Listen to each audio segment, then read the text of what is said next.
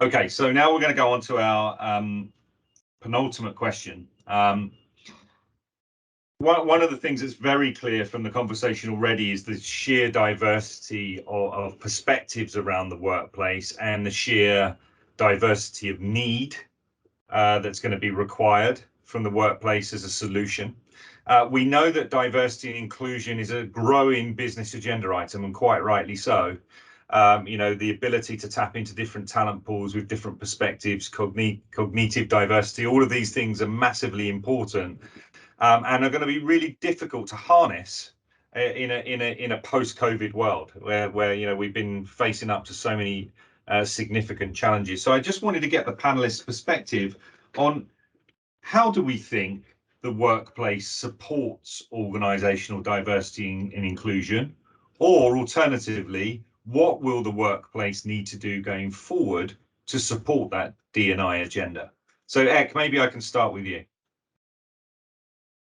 Okay, actually, Thailand is not that much diversity, but anyway, there are something that organizations needs to do now.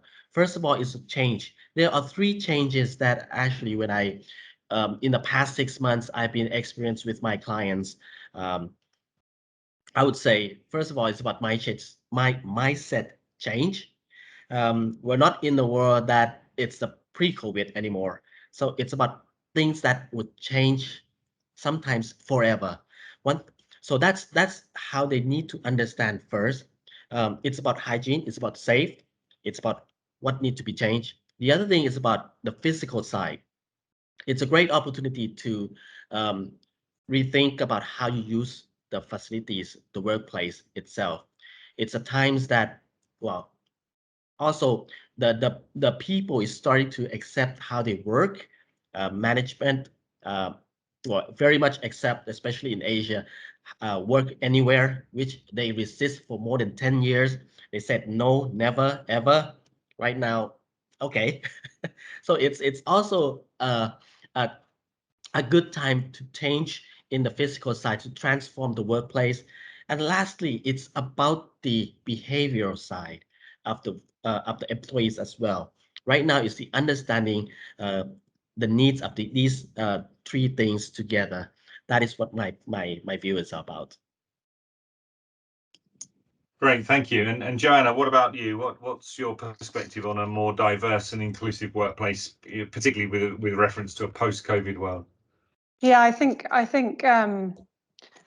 workplaces have really been shown to not have been very good at that historically, because we've just learned so much, like you say, about the complexity of who we are as organizations, which actually the office to date has been quite a blunt tool for addressing that.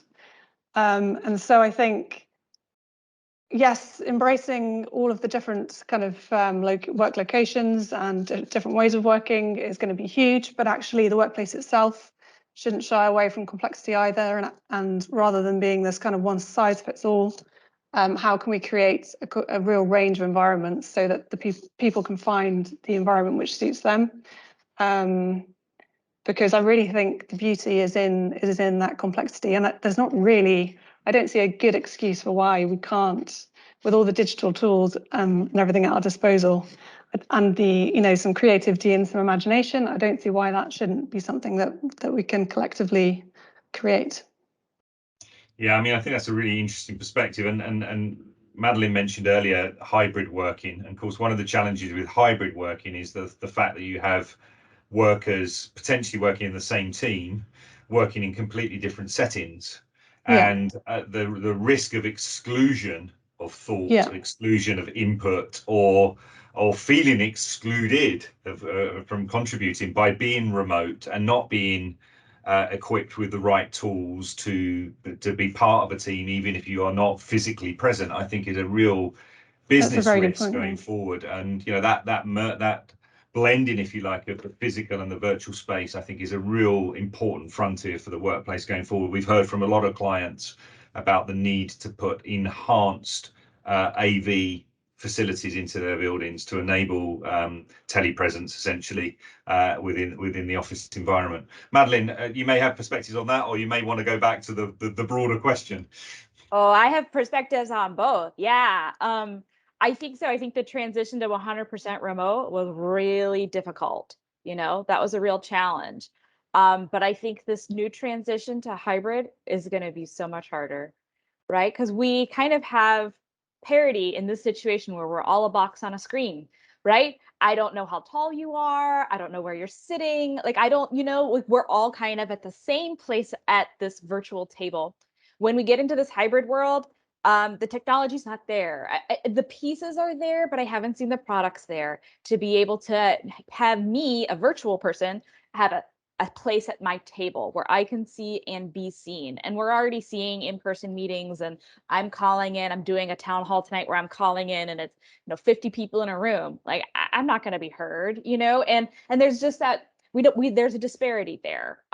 So yes, I think the hybrid piece when it comes to connection collaboration, already the #1 challenge of my clients pre-pandemic was, you know, AV in the conference room. It doesn't work. Nobody knows how to use it. Oh, I have to crawl under a table to plug something in. Like very basic stuff, right? But most of my clients are dealing with that. Like now, what are we going to do? Now there's 10 screens in a room, one for every person. Like who's managing that? Is it easy to use? Do I need a whole crew of people to just help me set up my hybrid meeting? And then, oh, have I actually saved anything? If I've saved real estate costs, but now I'm like, I'm employing people and technology. It's just a shift, right? It's just a different way of working to accommodate this new hybrid work model. And to go back to the earlier question about diversity, equity, and inclusion, you know, the US has been on a journey. We're not there yet, and we've really been reckoning with a lot of the diversity and equity issues that we have as a country. And we've seen that play out in a lot of corporate boardrooms as well, whether it's statements that you're issuing or actual actions, or whether it's just symbolic. And people are listening, and employees are listening, and potential hires are listening, and the war for talent is on. And looking for that talent, and it might look different than your talent did before. And it might be in a different location, or it might be in a different part of town. So having a hybrid model where I don't have to come into the office that's downtown, but you know, perhaps amazing talent of people of color or women or a minority that we haven't considered for that role before, they might live in a part of town that doesn't have access to transportation, or that it takes them longer to get there. So having a hybrid model could be really beneficial, but we have to make sure they're included in the conversation. And then thinking about, you know, the workspace, as Joanna talked about, you know, who's designed that workspace historically, and what have they had in their mindset? And is it actually full of microaggressions that, you know, we can't see for people who are different, and for minorities, and for you know, people of different abilities, or different you know, different any disabilities that people could have? You know, how does the workspace serve all people? And it doesn't. And I think looking at more flexible spaces, and I don't think we have the solution yet. And I don't even think we have the right people at the table yet when it comes to interior design, architecture, engineering. Like none of the, because that doesn't reflect our future users, we don't yet have the solutions that we need to be really inclusive and equitable when it comes to our workspaces. Yeah, some really big issues voiced there, and really important ones. And I've always been struck by the lack of diversity within the real estate sector, but particularly within the corporate real estate sector, you know, and the lack of generational input into workplace decision making is something we probably don't have time to get to today, but I think is going to be a real issue as we come out of COVID. Adam, what's your perspective on this sort of broader diversity inclusion agenda and the role of the workplace in it? Well, we've had the Equalities Act in the UK since 2010. We're now 2021, and I don't think we're very close to actually meeting the aims of that. What has been interesting in COVID, and echo actually what you just said, Madeline, about not really seeing people outside of a box. I met someone in the office for the first time in my team recently, and they said to me, you know, oh, you're not as tall as I thought you would be. I was sorry to disappoint them, but it gives you that, you know, that different perspective that you don't get to know who someone is other than that square. Except there is also the fact that you can turn that on its head a little bit and say that What you do get potentially a bit more is a bit more insight into someone's personal life, because when they're at home, you see children running in behind a screen, you hear the noise, you get more of a sense of where someone lives. And I think what that has done to a lot of people is actually opened up people's eyes to the challenges people have at home. So childcare during COVID has been particularly difficult, and having to manage that sort of thing, caring for family who have additional needs. And so I think people have just become more mindful of what individual circumstances are, which is only going to help flexibility in the workplace. And what we have to remember in the workplace as well is that as we realise that there are these opportunities to use technology to bring things in, that we can't do that at the exclusion of people. So use of screens at reception desks in terms of in place of physical people. Where are we putting those screens? How do they work for someone who's mobility impaired? Is the design of that app suitable for someone who's got visual impairments? So we've really got to think about how all of these changes are going to affect our wider employee base and who's actually using our buildings.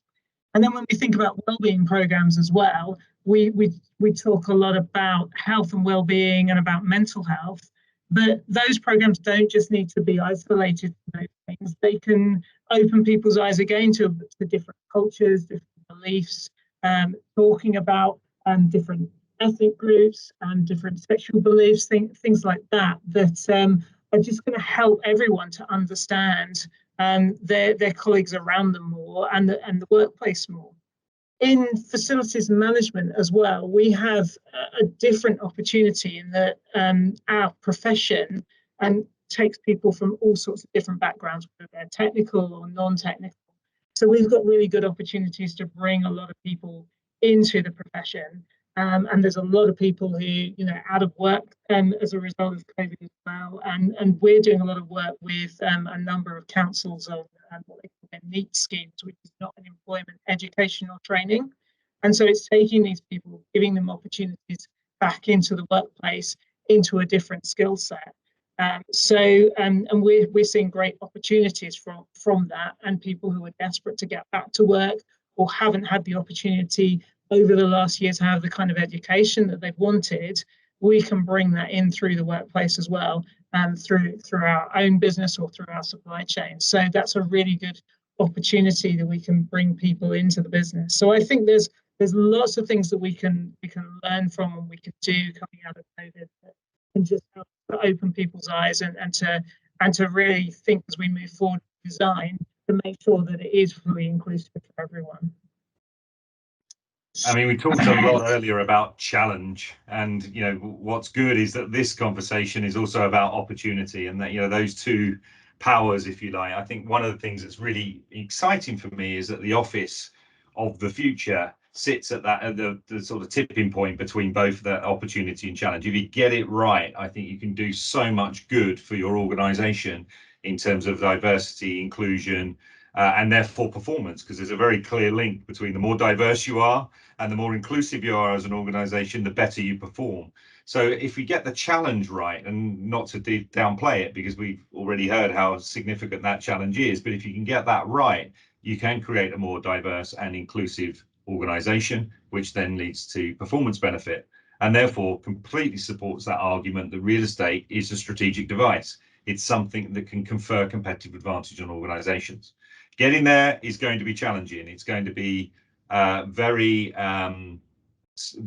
specific journey for different organizations, depending on what sector they're in, what their talent pool is, what their expectations are, what their management culture are. So many variables that will shape outcomes. But I think, good to end on a relatively positive tone around, yes, there's challenge, but meet those challenges head on, meet them with good advice and expertise along the way, and you can end up conferring competitive advantage.